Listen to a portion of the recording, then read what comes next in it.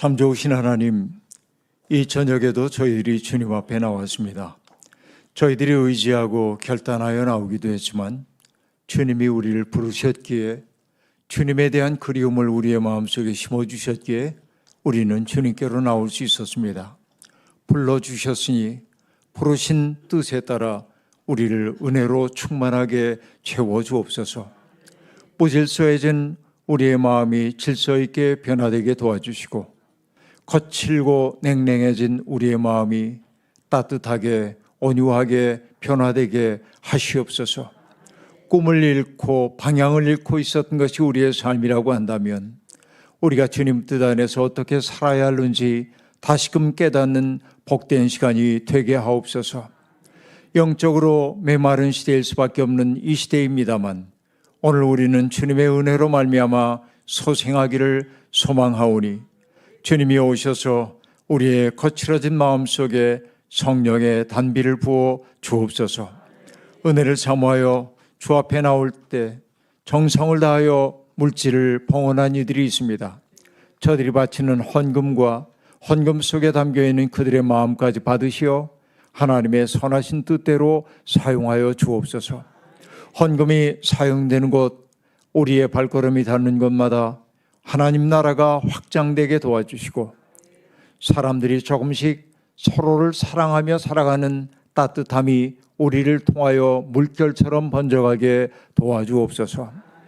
우리의 몸과 마음속에 하늘의 생기를 불어넣어 주셔서 기뻐하고 감사하며 살아가게 도와주시고, 병중에 신음하는 이들 있다고 한다면 치유의 능력을 덧입는 복된 시간이 되게 하옵소서. 주님께서 우리 가운데 함께해 주시기를 간절히 비우며 예수님의 이름으로 기도하옵나이다. 아멘.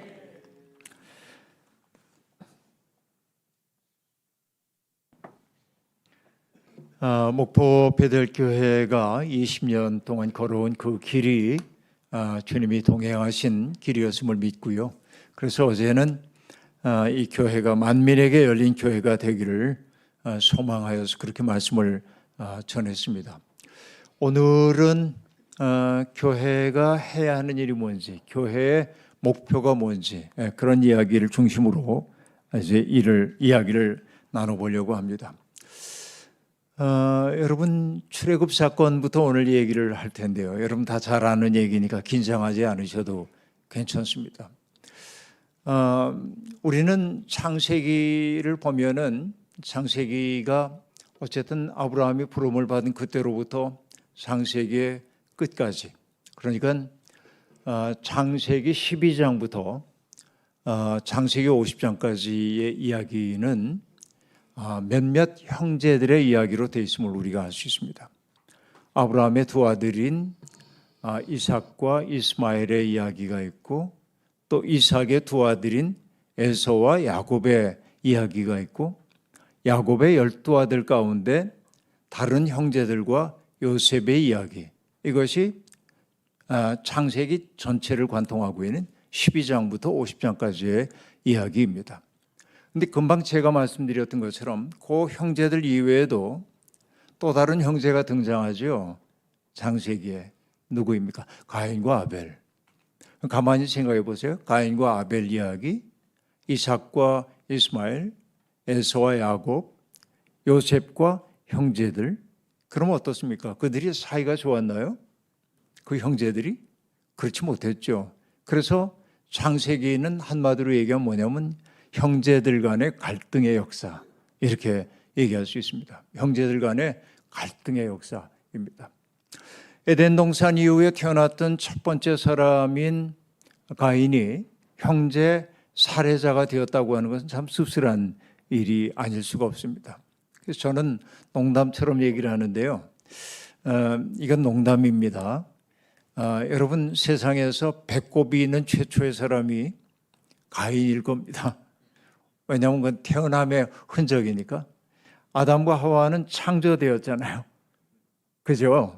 그러니까 아담과 하와 사이에 태어난 첫사람이 가인과 아벨인데 그들에게 배꼽이 있다.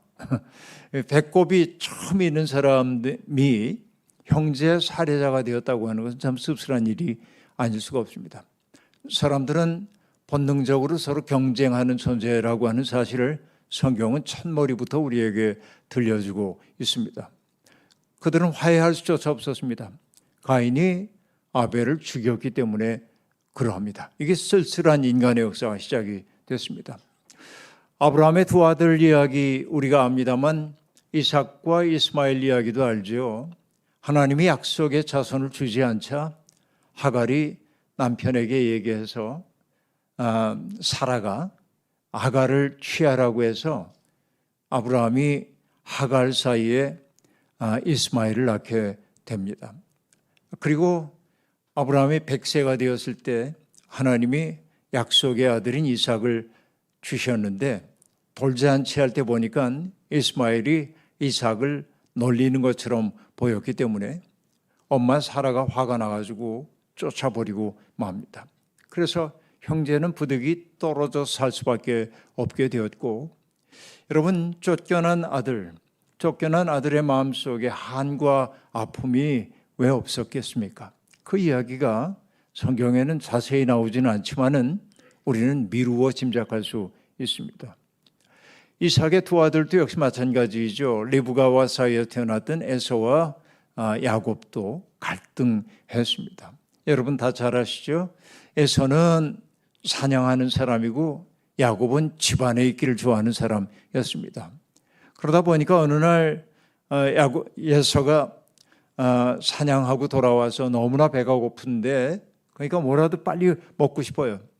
근데 보니까 야곱이 붉은 콩죽 한 그릇을 가지고 있는 걸 보고 그것 좀 먹을 수 있겠냐고 얘기하자 야곱이 형의 장자권을 나한테 주면은 주겠다고 조건을 겁니다.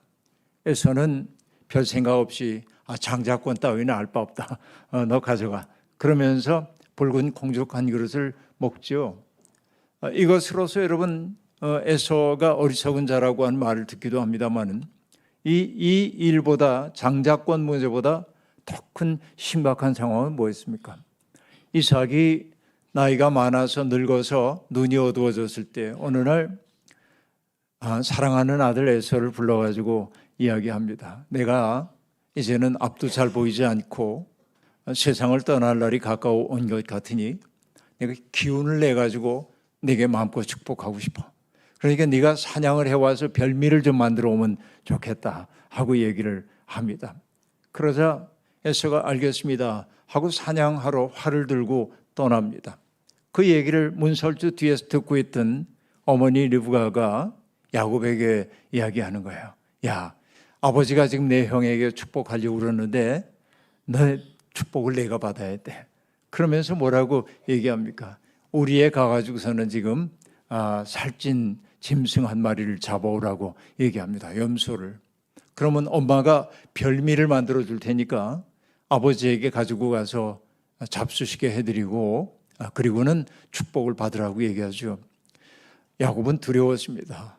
아버지에게 내 정체가 발각나면 오히려 축복이 아니라 저주를 받게 되지 않을까요? 이런 걱정 때문에 야곱은 걱정합니다.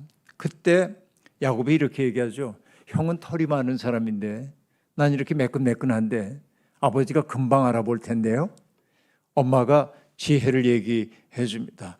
내 팔에다가 그 염소털을 이렇게 감고 가면 아버지가 너를 만져보고 에서라고 알 거다라고 얘기해요.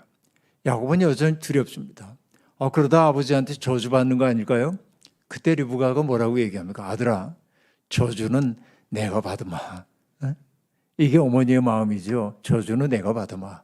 그러면서 어쨌든 야곱은 어머니가 시키는 대로 염소를 잡아서 엄마가 만들어주는 별미를 가지고 아버지에게 갑니다. 아버지, 제가 왔습니다. 이삭이 얘기합니다. 아니 어떻게 이렇게 빨리 했냐? 하나님이 내 앞길을 인도하셨기 때문에 오늘은 이렇게 빨리 잡을 수 있었습니다. 어서 잡수시고 저를 축복해 주십시오. 내가 아버지가 아무리 생각해봐도 좀 미심쩍은 데가 있어요. 가까이 와봐라.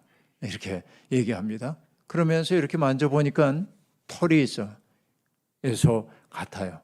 그때 여러분 이삭이 하는 얘기가 있잖아요. 소리는 야곱의 것인데 소리와 정체가 다른 거예요. 이게 소리는 야곱의 소리인데 이제 느낌은 에서처럼 느껴진단 말이죠. 그리고 축복을 해줍니다. 그리고 여러분 뒤늦게 그 사실을 알게 된 에서가 울면서 아버지 내게도 축복해 주세요 라고 얘기하자 내가 빌어야 할 축복은 다 빌었다. 그러면서 내가 어떻게 거칠게 살 것인지에 대한 이야기를 해줍니다. 그것도 일종의 축복이긴 한데요. 그러다 보니까 에서는 이 야곱에게 원한 감정을 가질 수밖에 없었습니다. 아버지가 돌아가시면 장례를 치르는 대로 내 이 녀석을 그냥 두지 않겠다. 그걸 보고 어머니 리브가가 큰일 나겠다 싶어가지고 자기가 사랑하는 아들인 야곱을 밧담 아람이라고 하는 자기의 친정집 쪽으로 보내게 되죠. 그 때문에 집에 머물기를 좋아했던 야곱은 처음으로 여러분 집을 떠나가지고 홀로 쓸쓸한 삶을 살게 되는데 광야길 들어갈 수밖에 없는데 그의 쓸쓸함과 두려움을 나타내는 말이 뭐냐면 광야에서 돌베개를 베고 잤다라고 하는 얘기입니다. 참 그렇죠. 돌베개를 베고 잤습니다. 그런데 가장 쓸쓸하던 고통스럽던 그 삶의 자리에서 그가 뭘 만납니까? 하나님의 사자들을 만납니다. 꿈에 보니까는 하늘에 닿는 그런 계단이 돌계단 같은 것들이 있고 천사들이 오르락 내리락 하는 것을 보았습니다. 잠에서 깨어난 야곱이 그것을 뭐라고 얘기하냐면 바로 이것이 하나님이 계시는 곳이구나. 그래서 그곳의 이름을 뭐라고 했냐면 베델 그랬어요. 여러분의 교회 이름이란 말이에요. 베델은 하나님의 집이란 뜻이에요. 근데 여러분 가만히 보면은 이 베델이라고 하는 그 장소가 어떤 특정한 거룩한 장소라기보다는 가장 고통스러웠던 그 자리가 바로 하나님의 집이었던 것을 알 수 있어요. 그러니까 여러분 다니엘과 세 친구 이야기를 우리가 알고 있습니다만 다니엘의 세 친구들이 그쵸 우상 앞에 절하는 것을 거절했기 때문에 불못불 속에 던져지잖아요. 그런데 하나님께서 불못불 속에서 그들과 동행하며 보호해 줬죠. 다니엘은 사자굴 속에 던져졌죠. 그런데 사자굴 속에서 하나님께서 사자의 입을 막으시잖아요. 그러니까 하나님이 함께 계시는 그곳이 어디냐면 베델인데, 그죠? 그러니까 그 베델이라고 하는 것은 아주 인생의 고통스러운 그 현장, 삶의 자리, 그것이 베델일 수 있단 말이죠. 여러분 살아오면서 많은 어려움들을 겪으신 분들이 계실 텐데 그 어려움을 이렇게 겪었을 때 생각해 보면 나중에 돌이켜 생각해 보면 하나님이 그때 나를 어떻게 돌보셨는지를 알게 된단 말이에요. 여러분 출애굽기 얘기를 이제 해나갈 예정입니다만은 여러분 나중에 금송아지 사건이 벌어지잖아요. 모세가 산 위에 올라가서 하도 오랫동안 있다가 안 내려오자 두려움을 느낀 사람들이 모세의 형인 아론에게 강요하다시피 해가지고 우리를 이끌 신을 만들어 달라고 얘기하자 아론은 백성들에게 그러면 금부치를 모아오라고 해가지고 그 금부치를 녹여서 거푸집에 집어넣어서 금송아지를 만듭니다. 사람들은 금송아지를 바라보면서 기뻐했습니다. 우리를 인도할 신을 보라고 하면서 그 앞에서 뛰놀고 먹기도 했다고 성경이 얘기하고 있습니다. 산에서 하나님으로부터 그 이야기를 듣고 내려오던 그 모세는 기가 막혔습니다. 어쨌든 그 금송아지 사건을 통해서 범죄한 사람들 처벌 다 이루어지고 그러면서 모세가 하나님 앞에 엎드려서 하나님 우리를 포기하지 말아주세요 라고 얘기하니까 하나님이 뭐라고 얘기합니까? 나는 이 백성에게 염증이 좀 난다. 내가 너희와 동행하다가는 무슨 일이 있을지 몰라서 난 너희와 함께 갈 생각이 없어. 이렇게 얘기합니다. 그러자 모세가 하나님께 말씀드립니다. 하나님이 이끌어내셔서 우리가 가나안 땅을 향해 가고 있는데 하나님이 우리를 버리신다고 한다면 사람들이 당신을 어떻게 생각하겠습니까? 이끌어는 냈지만은 그러나 약속의 땅으로 데려갈 능력이 없다고 말하지 않을까요? 이렇게 얘기하면서 끝끝내 하나님께 동행해 달라고 이야기를 합니다. 여러 번의 설득을 거친 다음에 하나님이 모세에게 말합니다. 그래, 내가 동행할게.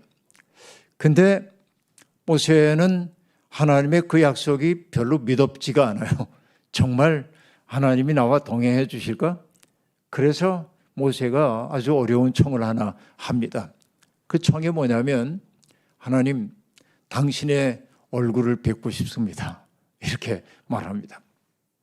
그래서 하나님이 말씀하십니다. 내 얼굴을 보면 죽는데, 그래도 부득부득 하나님의 모습을 보고 싶다고 하니까 하나님이 당신의 모습을 보여주시는데, 성경이 어떻게 얘기하냐면 큰 바위 위에 모세를 일단 세웁니다. 그런 다음에 하나님이 다가가시면서 모세를 바위 틈에 있는, 바위와 바위 사이의 틈 속에다 모세를 집어넣고 한 손으로 모세의 눈을 가려요. 이렇게. 그리고 하나님이 지나가십니다. 모세를 옆으로 지나가셔요. 그리고 하나님이 손을 떼시자 모세가 하나님의 뒷모습을 보았다. 성경은 그렇게 얘기합니다. 하나님의 뒷모습을 봤대. 이 뒤통수.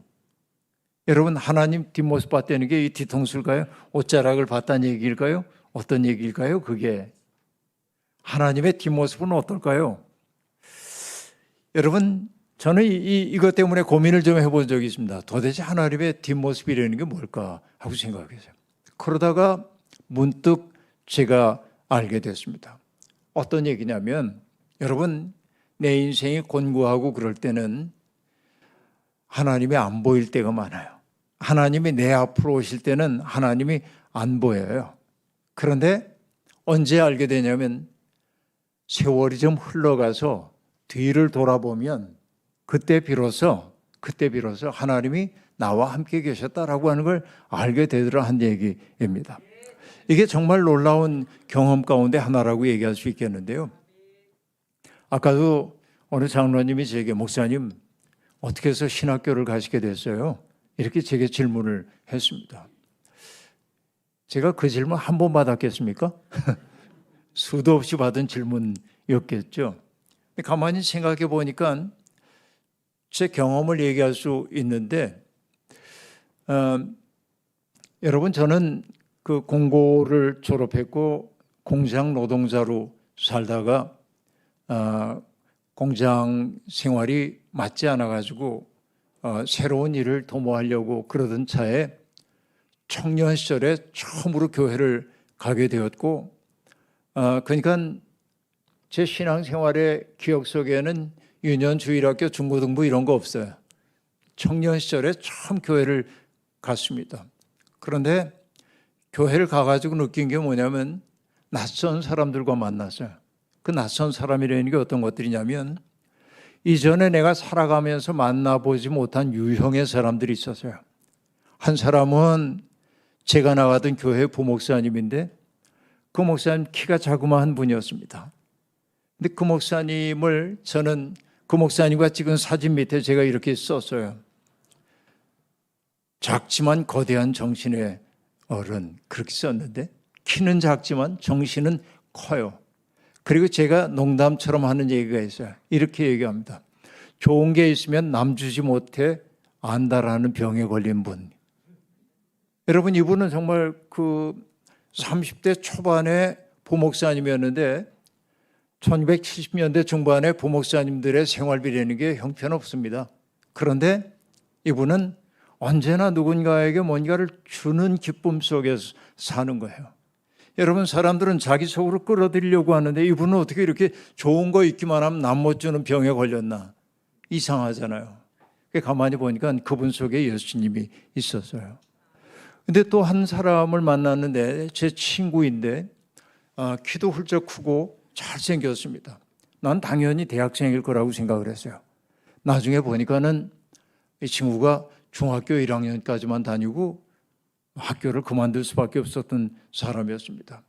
아버지가 국가 공무원이었는데 모종의 사건에 휘말려가지고 집이 풍비박산이 나면서 그 친구도 학교를 그만두고 숭실대학교에 사관으로 들어가서 일했던 친구입니다.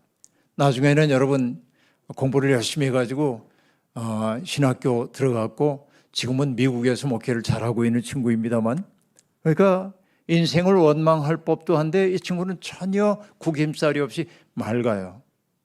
아니 어떻게 이렇게 부드럽고 맑지? 어릴 때부터 예수를 믿어온 게 이 친구의 인격을 형성했더라고요. 예수가 내게 매력 있게 이렇게 느껴지기 시작했습니다.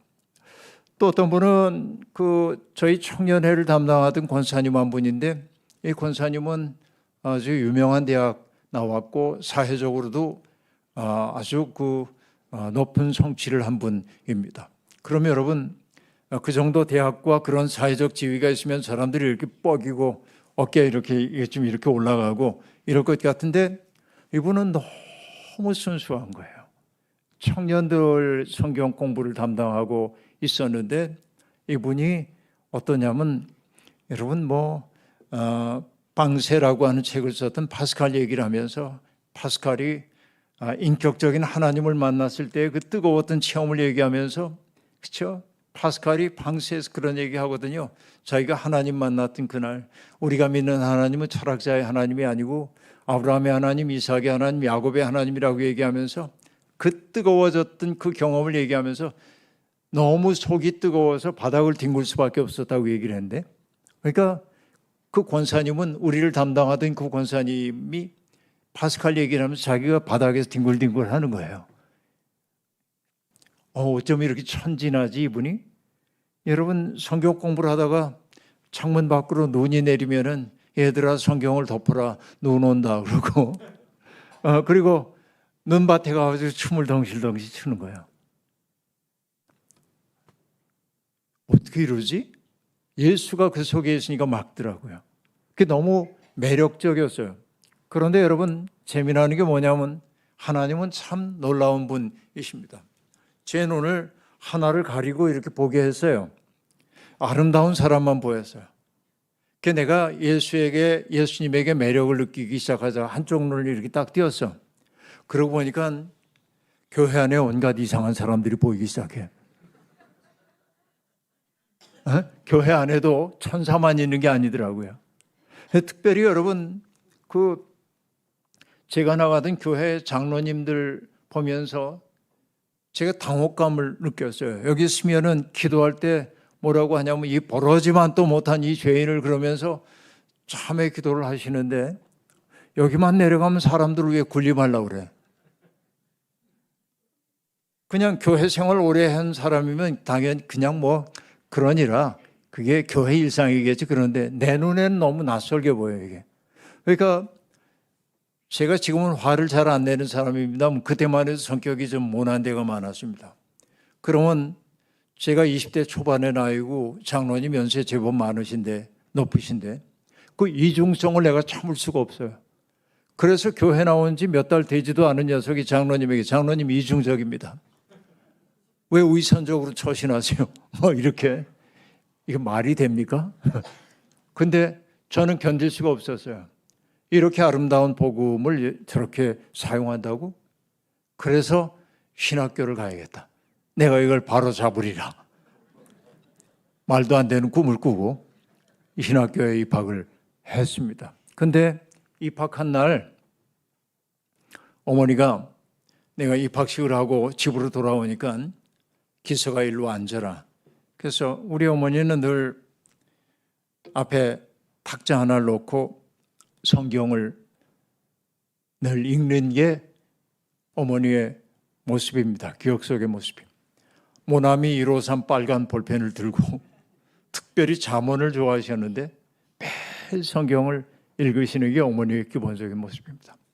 그 어머니가 정색을 하고 기서가 일로 앉아라. 그래서 어머니 앞에 무릎을 꿇고 이렇게 앉았습니다. 그래서 어머니가 이렇게 말씀을 하시는 거예요. 내가 참 기쁘다. 짐작은 가잖아요. 어머니가 권사님이셨는데 어머니가 권사님이셨지만 전 청년 때까지 교회 안 갔다고 말씀을 드렸습니다.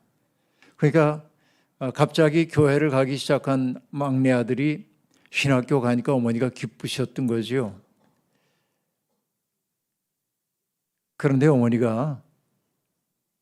어머니에게 제가 이렇게 여쭈었어요. 어머니, 뭐가 기쁘세요?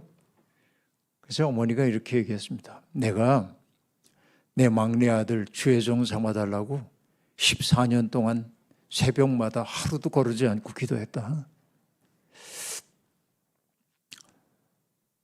그 14년이라는 게 뭐냐면 그때가 저희 어머니가 죽을 병에 걸렸다가 기적적 치유를 경험하고 병원에서는 몇 달 못 산다고 선고를 내렸었는데 정말 주님의 은혜로 치유받고 어머니는 25년을 더 사셨다 가셨어요.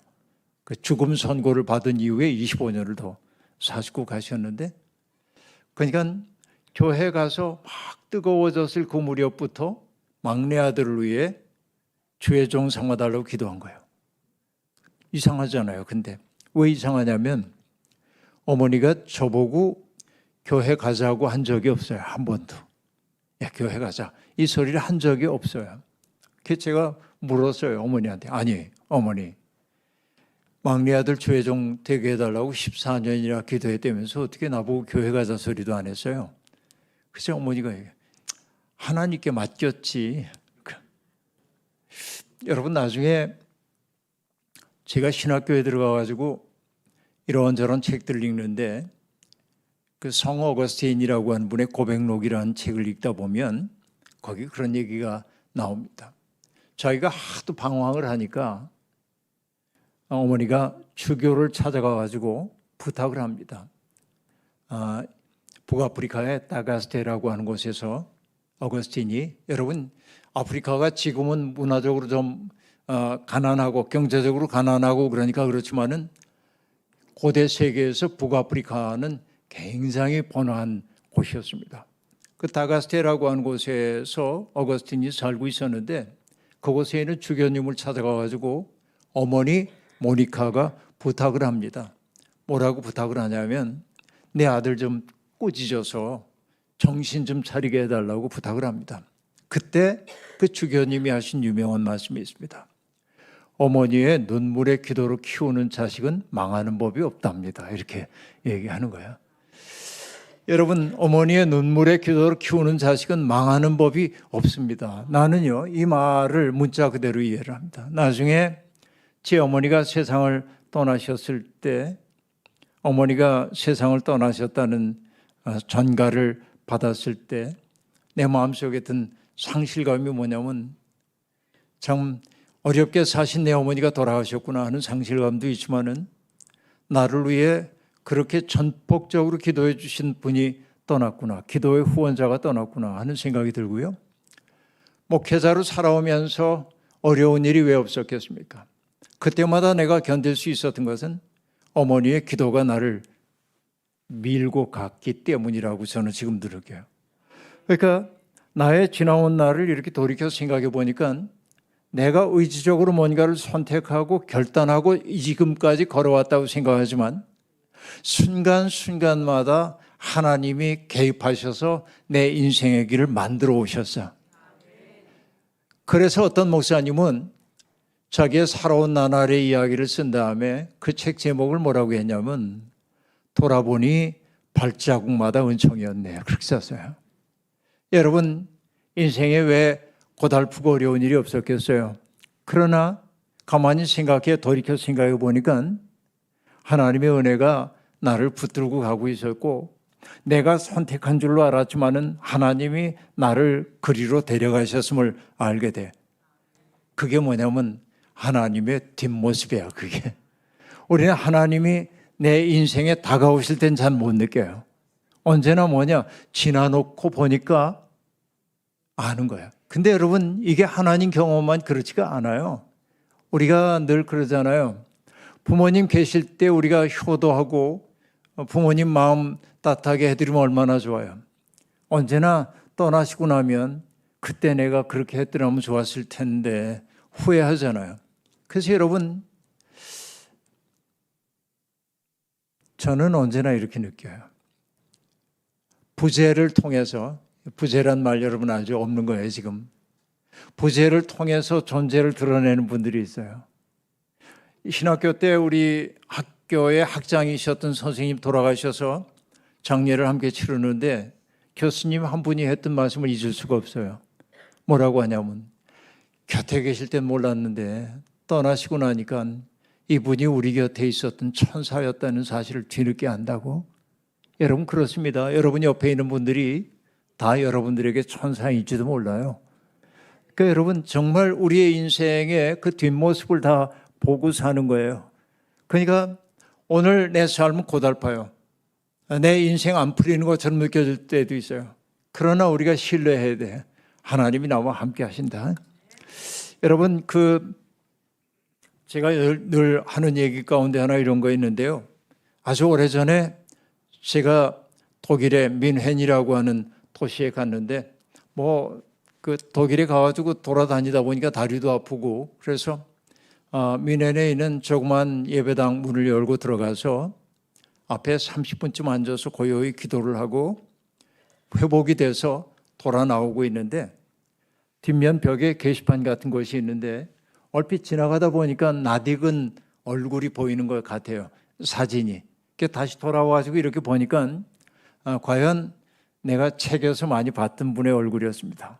그는 누구냐면 임마누엘 칸트라고 하는 18세기의 독일의 철학자인데 초상화죠. 사진이 아니라.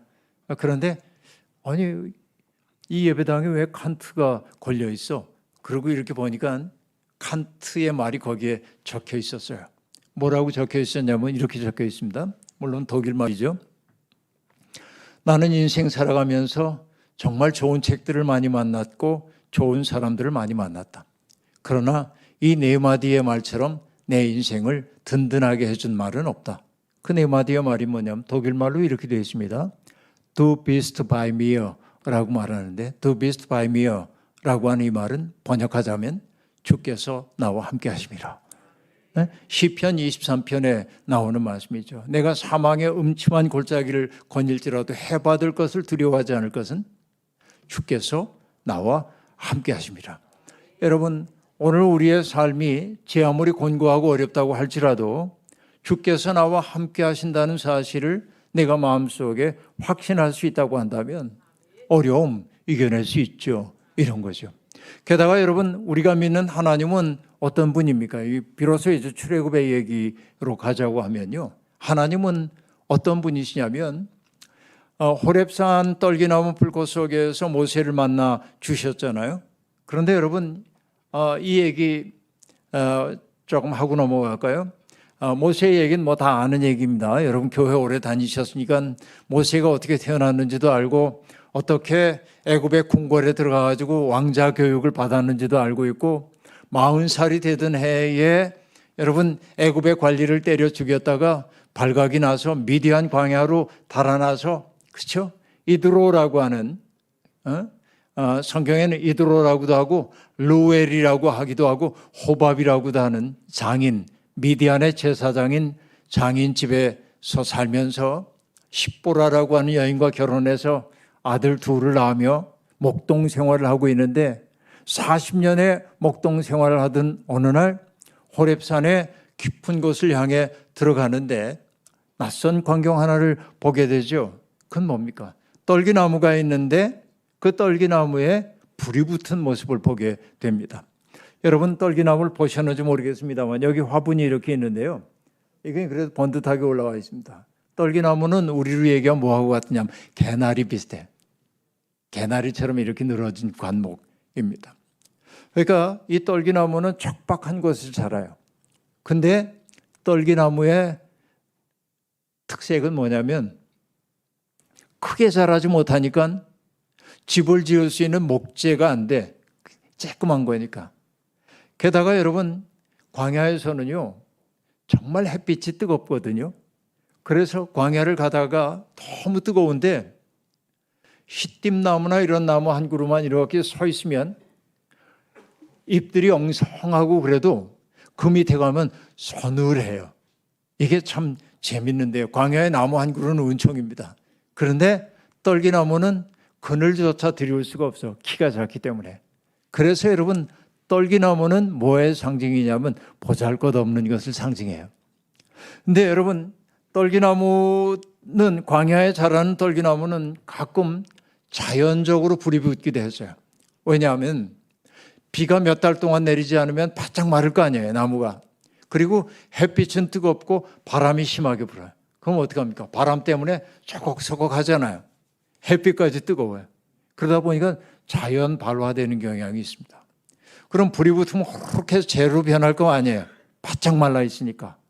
근데 모세가 40년 동안의 목동 생활을 하는 동안에 몇 번은 봤을 거예요. 그런 광경을. 근데 그날 본 떨기나무는 이렇게 보고 불이 붙었구나 그러고 가는데 이상한 느낌이 들어요. 보니까 불이 붙었는데 재로 변하지 않고 계속 타오르고 있는 겁니다. 그래서 여러분 모세가 가까이 가잖아요. 거기에. 그때 떨기나무로부터 소리가 들려와요. 뭐라고? 모세야, 모세야. 내가 선 곳은 거룩한 곳이니 내 발에서 신을 벗어라 라고 얘기합니다. 여러분 왜 신을 벗어야 하죠? 왜 신을 벗어야 하죠? 광야에서 신을 벗는다고 하는 건 위험한 일입니다. 그렇죠? 뱀이나 전갈이나 이런 거 물릴 수도 있고요. 취약해지는 거예요. 그런데 가만히 생각해 보면 참 재미있습니다. 여러분 우리가 취직을 하려고 그러면은 이력서 쓰잖아요. 이력서 씁니다. 그런데 이력서를 한자로 가만히 생각을 해보신 분이 계신가요? 서는 뭐 서신, 편지를 뜻하는 거니까 우리가 알겠고 력은 역사를 뜻하는 거니까 알겠는데 리가 뭔지를 모르겠죠. 리가 뭐냐면 신발 리자예요. 그러니까 이력서라는 게 뭐냐면 내 신발의 발자취야. 내가 어디를 걸어왔는지, 내가 어떤 학력과 어떤 경력을 가지고 있는지 내가 걸어온 발자취예요. 그러니까 신발이 상징하는 바가 뭡니까? 나라고 하는 정체성이란 말이에요. 그러니까 우리가 하나님 앞에 이렇게 서게 될 때 신발을 벗어야 한다는 게 뭐냐면 내가 국회의원인데, 내가 장관인데, 내가 대통령인데, 내가 주교인데 이따위 소리 할 수 없어요. 하나님 앞에서는 모두가 그거 내려놓고 벌거벗은 인간 존재로 쓸 수밖에 없는 거예요. 이게 여러분 유대교에 굉장히 재미나는 전설 하나가 있습니다. 그 바벨론의 왕인 느부갓네살 왕이 하늘에 계신 하나님을 믿게 됐어요. 그래서 하나님 앞에 예배를 드리려고 고개를 이렇게 숙였습니다. 그런데 천사가 오더니 뒤통수를 탁 치는 거예요. 깜짝 놀라서 돌아보면서 왜 그러시냐고. 그래서 천사가 아무 말도 안 하고 쳐다만 봐요. 또 다시 기도하려고 이렇게 눈을 감고 있는데 또 때려. 3번이나 똑같은 일이 반복됩니다. 느부갓네살이 도대체 왜 그러십니까? 하고 역정을 냅니다. 그래서 천사가 딱 한마디 했어요. 너는 왕관을 쓰고 하나님을 예배할 수 있다고 생각하느냐? 여러분 예배 드릴 때는 왕이라는 신분은 무의미한 거예요. 하나님 앞에서는 우리 모두 어떠한 사람인가가 중요해요. 그러니까 모세에게 신을 벗으라고 하는 것은 내가 그동안 가지고 있었던 생각, 내 경력, 그 모든 것들 내려놓고 하나님 앞에 선 철저한 인간으로 내 앞에 있으라는 거예요. 그러면서 하나님이 이 모세에게 하는 얘기가 뭐냐면 야, 내 백성들 이스라엘이 얼마나 어려움을 겪고 있는지 내가 안다라는 얘기를 합니다. 근데 제 마음속에 감동이 되는 게 있어요. 뭐라고 얘기하냐면 내 백성의 신음소리를 내가 들었다. 그리고 그들이 얼마나 고통당하는지를 내가 보았다. 그들이 얼마나 어려운지를 내가 안다. 여러분 이게 뭘 뜻하는지 아시겠어요? 오늘 기도해 주신 권사님 어디 계세요? 아주 정돈된 기도를 해 주셨잖아요. 정돈된 언어로 기도를 해 주셨어요. 너무 감사해요. 그런데 여러분 하나님은 때때로 신음소리도 기도로 들으신다. 그러니까 여러분 애굽에서 강제노역에 시달리면서 신음하고 있는 이스라엘 사람들의 신음소리를 하나님은 어떻게 들으셨냐면 당신의 나라가 임하소서라는 기도로 들으신단 말이에요. 이게 우리가 믿는 하나님이에요. 여러분 따지고 보면 우리가 알 수 있습니다. 여러분, 저도 이제 그 할아버지 월드에 속한 사람인데요. 손자, 손녀가 넷이나 됩니다. 손자 하나에 손녀 셋입니다. 그런데 내가 아들, 딸 키울 때 몰랐던 애정이 내 속에서 나와요. 이건 어쩔 수 없는 일이거든요. 할머니, 할아버지가 다 경험하는 바라고 얘기할 수 있습니다.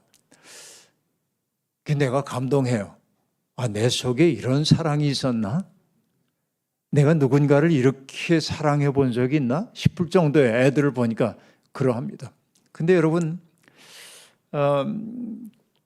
저도 아는 분인데 이제 그 옛날에 어느 시 문학지를 주관하던 정진규 선생님이 계신데, 내가 그 선생님이 내시던 현대시학이라고 하는 것을 글을 여러 번 쓰고 그래서 더러 만나 뵙고 그랬는데, 그 선생님이 쓰셨던 시 가운데 옹알이라고 하는 시가 있습니다. 그게 어떻게 되어 있냐면, 우리 집에 아기 천사께서 오셨다. 괄호 열고 뭐라고 하냐면, 딸이 아이를 낳아서 산구안을 하러 집에 와 있는 거예요. 근데 아기 천사가 왔대. 근데 이 시인이 뭐라고 얘기하냐면, 하나님은 아이들에게 옹알이 하나만 가르쳐서 보내셨다. 애가 옹알옹알 하잖아요. 옹알옹알해. 그런데 시인이 뭐라고 얘기하냐면, 옹알이는 의미도 무의미도 다 통한다. 그래서 나의 언어를 반납했다. 그렇게 말합니다. 여러분, 가만히 보세요. 애가 이렇게 사랑스러운 눈빛으로 자기를 바라보는 어른들을 바라보면서 보고 있다 뭔가 감정 표현에 입술을 다삭다삭하면서 뭐 하고 그러면은 어른들이 그렇게 얘기하니까, 야 인마 너 지금 뭐라고 하는 거야? 똑바로 얘기해야지 알아듣지. 나 참 이러는 어른 하나도 없죠. 애가 옹알옹알하면 어떻게 해요? 어른들은 시끄러워 그러지 않잖아요. 똑같이 그러죠. 그래서 그러고 공감을 해줘요. 여러분, 재밌잖아요. 왜 옹알이를 우리가 알아들을까요? 왜 옹알이 하는 아이를 보면서 이뻐할까요? 사랑하기 때문입니다. 사랑하면 의미도 무의미도 다 통하는 거예요. 그러니까 여러분, 하나님이 이스라엘 백성들을 정말 사랑하시는데, 그러니까 그들의 신음소리를 기도로 들으시는 거예요. 그러니까 여러분, 잊지 마세요. 어떤 때 너무 기가 막힌 일이 생기면 기도도 안 돼.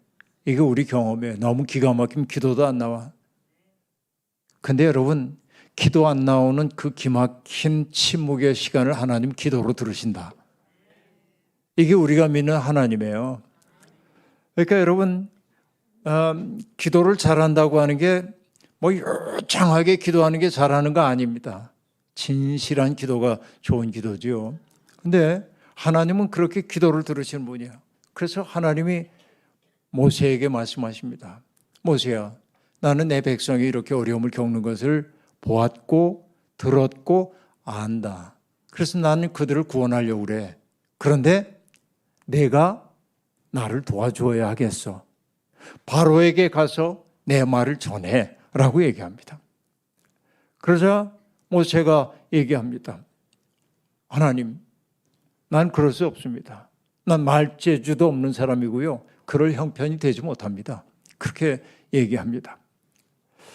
그러자 하나님이 내가 너와 함께 있을 거야. 그렇죠? 내 능력으로 하라는 거 아니야. 내가 너와 함께 있어 줄게 라고 얘기합니다. 근데 계속 달아나고 싶었던 모세가 하나님에게 이렇게 얘기합니다. 그런데 사람들이 누가 너를 보냈냐고 그러면 내가 누구라고 할까요? 그렇게 얘기합니다. 그때 하나님이 뭐라고 얘기해요? 나는 스스로 있는 자라 하고 얘기합니다. 근데 여러분, 나는 스스로 있는 자다라고 한 말이 스스로 있다. 이 말이 참 어려워요. 그죠? 철학적 개념이에요. 근데 여러분, 나는 스스로 있다 이 말은 히브리어의 번역으로 적절한 번역은 아니에요. 히브리어 번역으로 얘기하자면 이렇게 됩니다. 나는 나이고자 하는 나이다. 그런 얘기예요.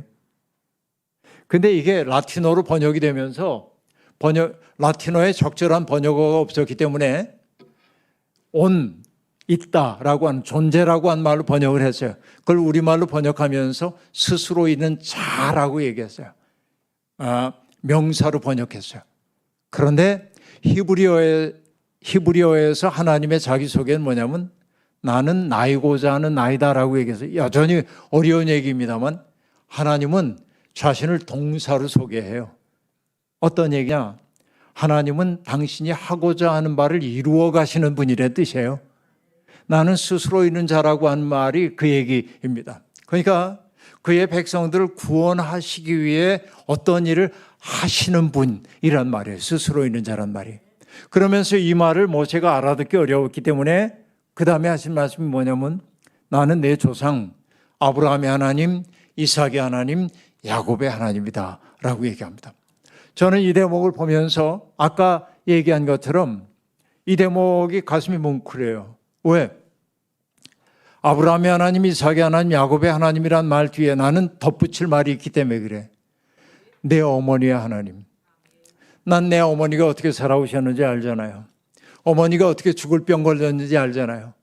어머니가 어떻게 죽을 병에서 노임 받았는지 알잖아요. 어머니가 어떻게 성격적으로 천사처럼 변화됐는지를 알잖아요. 하나님과 동행하셨기 때문에.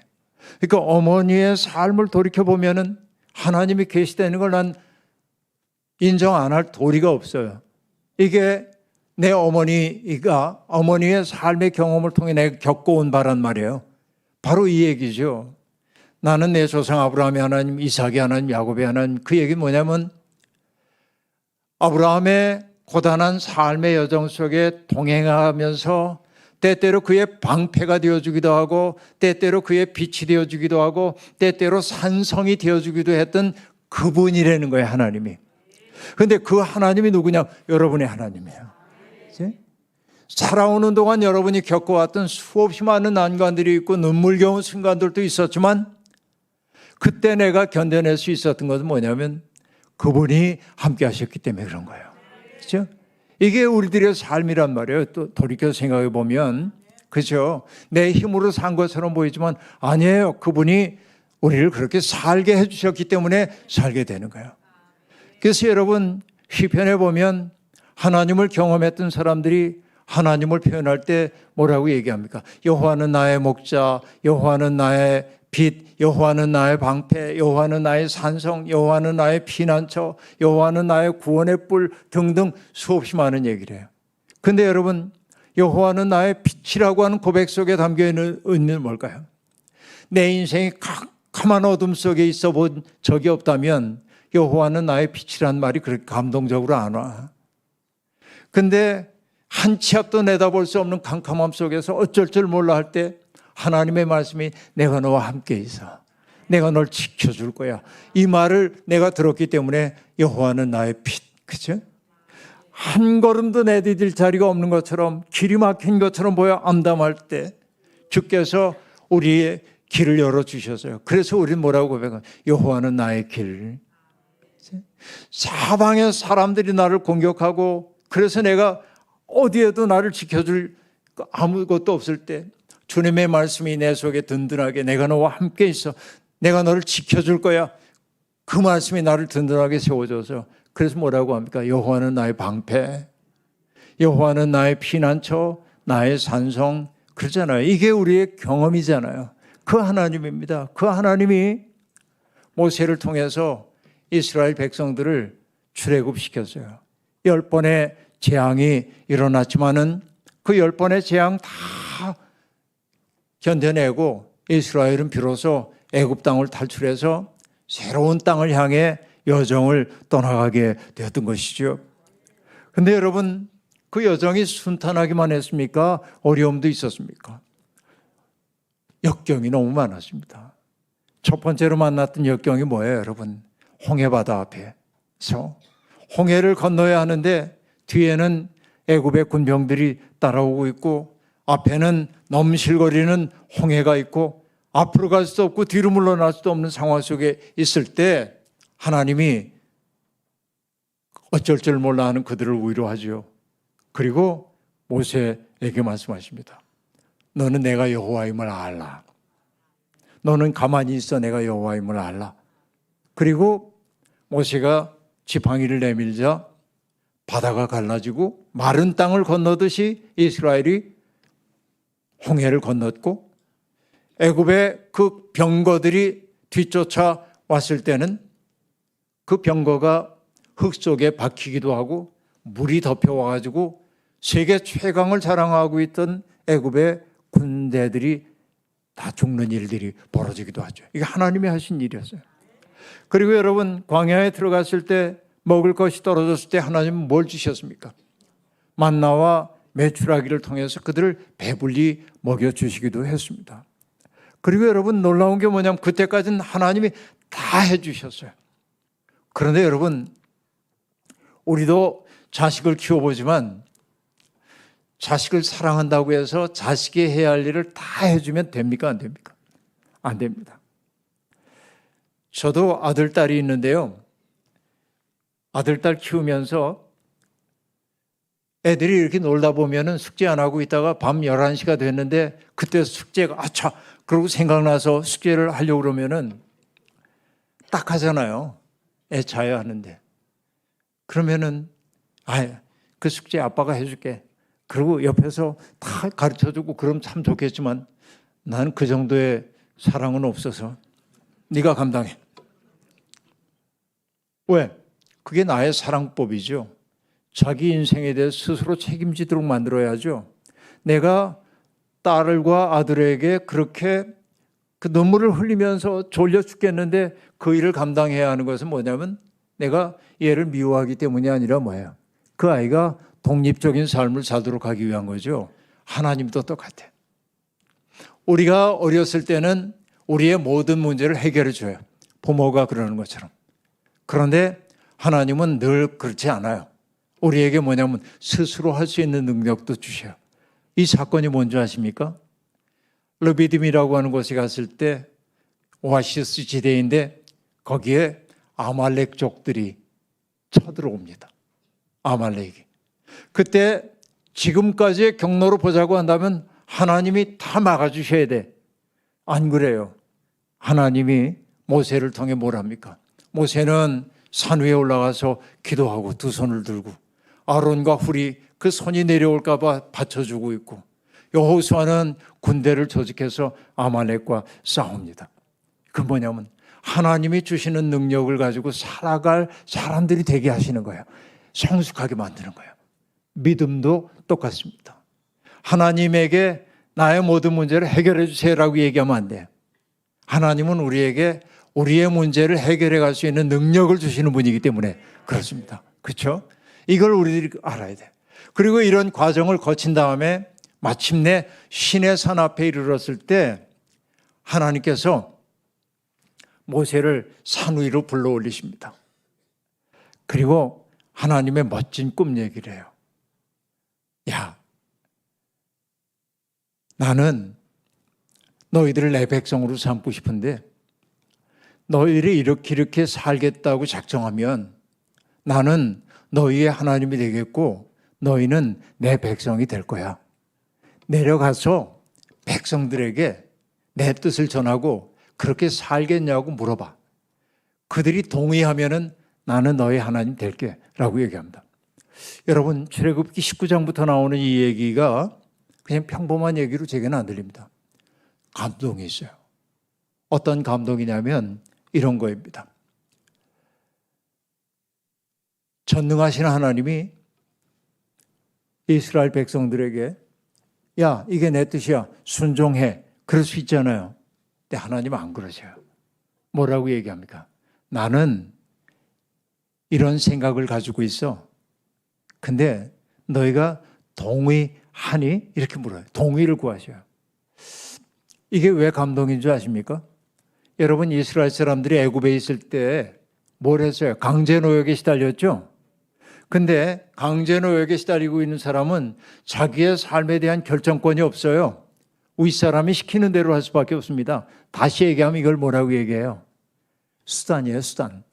목적이 아니라. 그러니까 여러분, 나를 고용하고 있는 사람이 얘기합니다. 오늘 할당량, 요만큼의 일을 해. 할당량을 제시해 주는 겁니다. 그런데 여러분, 내가 이렇게 얘기할 수 있나요? 나는 오늘 컨디션 안 좋으니까 일 안 할 거예요. 그럴 수 있어요, 없어요? 못 그럽니다. 시키는 거 할 수밖에 없습니다. 할당량을 채워야 돼. 그러니까 여러분, 이 종살이하고 있는 사람들은, 하층민으로 살고 있는 사람은 자기 삶에 대한 결정권이 없어요. 주인이 내게 보고하는 것을 행하는 수단일 뿐이에요. 여기에 익숙해진 사람들이에요. 그런데 하나님은 그들에게 뭐라고 얘기하냐면, 일방적으로 당신의 뜻을 부과하지 않고 내 생각은 이런데 너희 생각은 어때? 라고 물으시는 거예요. 그건 뭡니까? 그들을 사랑의 대상으로 보는 거예요. 수단이 아니라 존엄한 인격으로 대하는 거예요. 그들이 자유를 가지고 당신을 사랑하기를 바라는 거예요. 이게 놀라운 일이라고 얘기할 수 있습니다.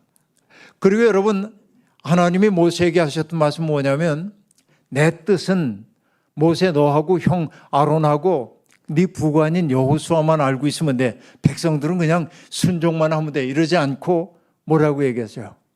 내 뜻을 모든 백성에게 알리래. 여러분, 이게 세계 종교사의 유일한 일입니다. 어떤 얘기냐면, 다른 종교에서는 언제나 사제 계급들만이 신의 뜻을 아는 거예요. 그런데 하나님은 뭐라고 얘기하냐면, 모든 백성에게 내 말을 다 전해. 그들이 모두가 다 아는 사람이에요. 하나님의 뜻을 자유인으로 만들어준 거예요. 그렇죠? 동의를 구하시는 하나님, 그리고 정보를 민주화한 거야. 모든 사람들이 다 알게 되는 거야. 그리고 하나님이 뭐라고 말씀하시냐면, 너희가 내 말에 동의한다고 한다면 나는 너희 하나님이 되겠고 너희는 내 백성이 될 거야.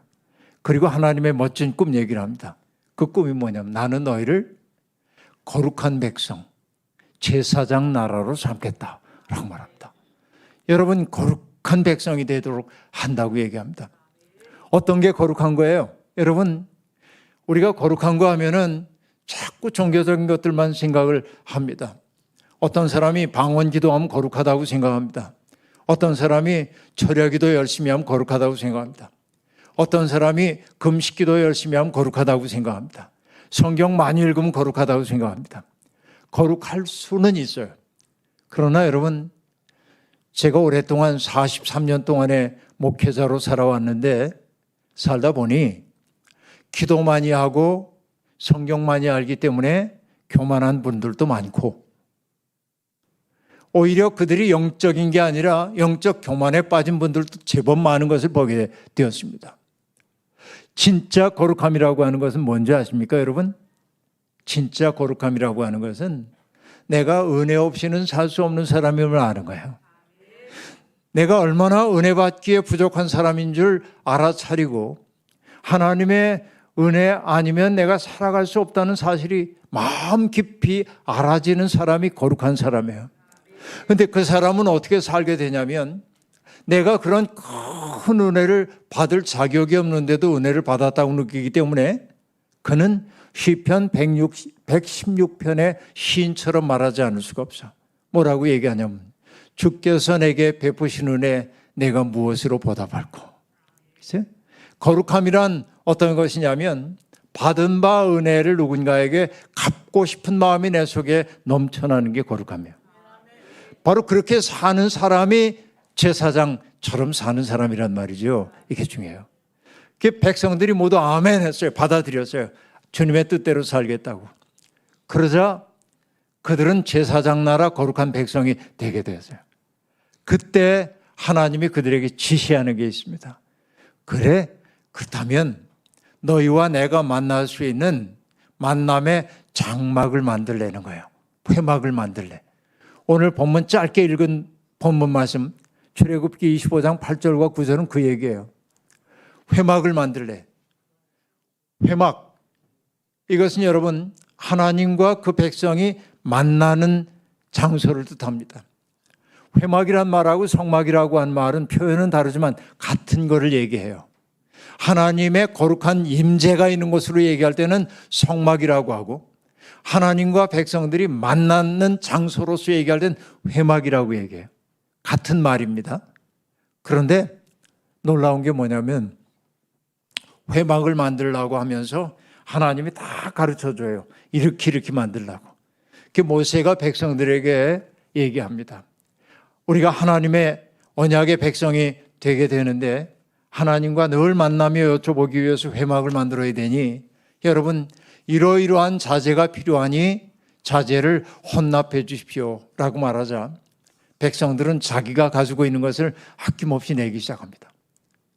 그래서 금, 은을 내는 사람도 있고 진주를 내는 사람도 있고 가죽을 내는 사람도 있고 실을 내는 사람도 있고 목재를 내는 사람도 있었습니다. 근데 성경은 뭐라고 얘기하냐면 그들이 자원하는 마음으로 다 냈다. 우리들이 함께 살아가게 될 미래, 우리의 정체성을 만들기 위해서 사람들이 기쁜 마음으로 동참한 거예요. 여러분 20년 전에 이 교회 설립될 때 이 건물을 사기 위해서 여러분 헌신했잖아요. 모두가. 많이 낸 분도 있고 적게 낸 분도 있잖아요. 그러나 여러분 중요한 건 뭡니까? 기여의 경중은 가려지지 않는다. 누가 몇 억을 냈으니까 우와 높여주지도 않고 누가 돈 조금 냈으니까 무시하지도 않고 그렇죠? 자기의 형편껏 낸 것을 다 기쁨으로 해준 거예요. 이게 회막 만들기예요. 여러분 이 목포 베델교회도 그렇게 세워졌다고 저는 믿어요. 여러분 기여의 경중을 가리기 시작하면 안 돼요. 모두가 다 기쁜 마음으로 해가지고선 뭘 한 거예요? 우리가 함께 살아갈 고향을 만들었단 말이에요. 그 중심에 누가 있어요? 하나님이 계신 것이죠. 이게 바로 뭐냐면 함께 만들어가는 미래란 말이죠.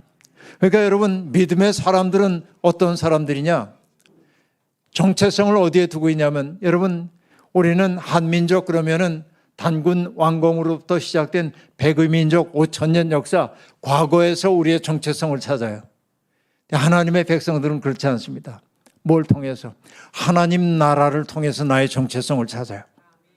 그러니까 우리가 함께 만들어가야 할 멋진 세상에 대한 꿈, 그 꿈 때문에 우린 모인 거예요. 교회는 바로 그런 거예요. 그렇죠? 하나님은 바로 여러분이 거룩한 백성, 제사장 나라가 되기를 원하십니다. 그렇죠? 그러기 위해서 우리들이 해야 하는 게 뭐예요? 내가 받은 바 은혜가 넘친다. 나는 언제나 사랑에 빚진 자일 수밖에 없고 그 빚을 갚는 마음으로 살아야겠다는 마음이 내 속에 생겨나야 돼. 그게 믿음의 삶입니다. 여러분 목포 베델교회가 20주년이 되었습니다. 20주년 이후에 여러분들이 함께 만들어가는 미래의 꿈을 꾸기를 바랍니다. 우리 교회는 이런 교회가 되기를 원한다. 사랑이 넘치는 교회가 되기를 원한단 말이죠. 그러기 위해서 뭐 해야 합니까? 이것이 환대의 공동체가 돼야 돼. 어떤 사람이든지 따뜻하게 맞아들일 수 있어야 돼. 그러기 위해 필요한 것이 뭡니까? 여러분이 서로 깊이 사랑해야 돼. 서로 깊이 신뢰해야 돼. 여러분 어떤 교회 가보면 금방 느낄 수 있어요. 그 교회에 사랑이 있는지 없는지 느껴져요. 영적으로. 여러분 이 교회는 여기 들어오는 사람들이 여기에 사랑이 있구나. 이게 느껴지는 교회로 만들기 바랍니다. 여기에 거룩함이 있구나. 우리 이렇게 살아야게 해서 이게 뭐냐? 함께 만들어가는 미래입니다. 그러니까 우리는 그 일을 위해 부름받았음을 생각하면서 여러분 목포 베델교회의 21년 나아가는 20년 이후에 나아가는 그것이 회막을 함께 지었던 그 공동체의 기쁨처럼 함께 만들어가는 미래 때문에 늘 기뻐하는 여러분들이 되기를 주의 이름으로 축원합니다. 자비로우신 하나님, 오늘도 부족한 종을 세우셔서 하나님의 말씀을 전하게 해주셨으니 감사합니다. 오늘 주신 귀한 말씀을 가슴에 새기고 우리 목포 베델교회를 아름다운 신앙 공동체로 만들어 가고 싶습니다. 성령의 능력이 함께하지 않는다면 우린 그런 일을 감당할 수 없습니다. 주님 오셔서 우리를 연결시켜 주시고 우리 사이의 담들이 무너지게 도와주시고 우리가 서로를 따뜻하고 사랑의 시선으로 바라볼 수 있도록 주께서 역사하여 주옵소서. 우리 속에 있는 날카로운 마음들이 있거든 다 녹여주셔서 하나님 우리가 칼을 쳐서 보습을 만들고 그리고 창을 쳐서 낫을 만드는 것처럼 우리들 속에 있는 날카로운 것들 다 지워주시고 따뜻한 사랑만 남는 복된 교회가 되게 하옵소서. 예수님의 이름으로 축복하며 기도하옵나이다. 아멘.